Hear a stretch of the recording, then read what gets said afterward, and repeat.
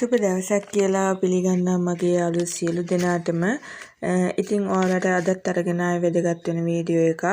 ඉතින් මේ වීඩියෝ එක අවසන් වෙනකන් ඉඳලා ඉන්න කියලා ආරාධනා කරනවා. වීඩියෝ එකට යන්න කලින් මතක් කරනවා මගේ channel එකට අලුත් කෙනෙක් නම් channel එක subscribe කරලා ඊට එහා පැත්තෙන් තියෙන bell button එකත් click කරලා තියාගන්න.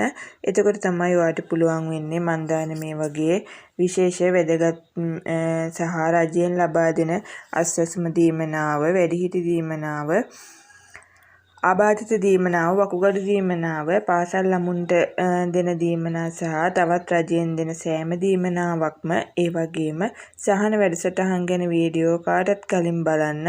ඒ වගේම හරිම විස්තර දැනගන්න පුළුවන් වීඩියෝට ලයික් එකකුත් දාලා ඔයාගේ යාළුවන්ටත් මේ වීඩියෝ බලන්න ෂෙයා කරන්න. ඔයාගේ අදහසත් කමෙන්ට් කරන්න අමතක කරන්න එපා. ඔයාලගේ අදහස් මට ගොඩක් වටිනවා. ඉතින් ඔයාලට අද කියන්න යන්නේ වැදගත් තොරතුරක්. මේ වෙනකොට ඔයාලා සමහර විට මේ ගැන දැනුවත් වෙලා ඇති.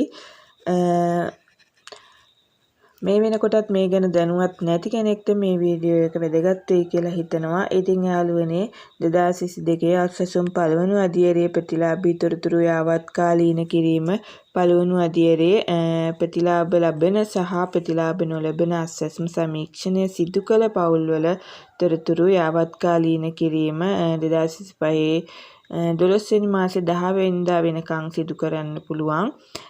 ඒ අනුව 2026 වර්ෂය සඳහා අස්වැසුම් සහන ආධාර ලබා දිය යුතු පවුල් තෝරා ගනු ලබනවා. ඒ නිසා ඔයාලගේ නිවැරදි තොරතුරු ලබා දෙන්න. නැත්නම් ඔයාලට අස්වැසුම සහන ආධාරය 2026 අවුරුද්දට නැති වෙන්න පුළුවන්. පළමු අදියරේ අස්වැසුම් ප්‍රතිලාභ ලබන සියලුම ප්‍රතිලාභීන් මේ තොරතුරු අනිවාර්යෙන්ම පද්ධතියට ඇතුළත් කළ යුතු වෙනවා. නැත්නම් ප්‍රතිලාභ මණ්ඩලය විසින් තොරතුරු ඇතුළත් නොකළ අය සිස්ටම් එකෙන් අයින් කරන්න පුළුවන්. ඒ නිසා ඉක්මනින් ඔයාලගේ තොරතුරු ලබා දෙන්න. ඉතින් ඔයාලට මේ දේවල් ඔන්ලයින් පුරවන්නත් පුළුවන්, ෆෝම් එකක් මගින් පුරවන්නත් පුළුවන්. කොහොම හරි ඔයාලගේ තොරතුරු මේ ක්‍රම මගින් එයාලා දැනුවත් කරන්න.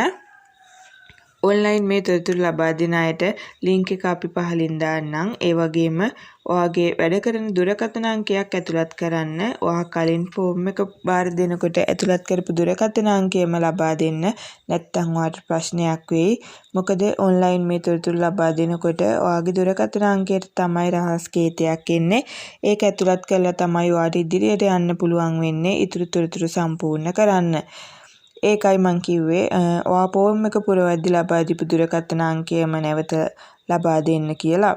ඔයා දුරකථන අංකය වෙනස් කරලා තියෙනවා නම් නැවත පද්ධතිය තුලින්ම වෙනස් කරලා අදාළ තොරතුරු නැවත යාවත් කාලීන කරන්න ඔයාට සිද්ධ වෙනවා. ඔයා ඉදුම්පතට දීපු දුරකථන අංකය ඔයා වෙනස් කරලා වෙන අංකයක් භාවිතා කරනවා නම් ඔයාට සිද්ධ වෙනවා ප්‍රාදේශීය ලේකම් කාර්යාලයට ගිහින් ඒක හදාගන්න. ඊට පස්සේ තමයි ඔයාට නැවත තොරතුරු ඇතුළත් කරන්න වෙන්නේ.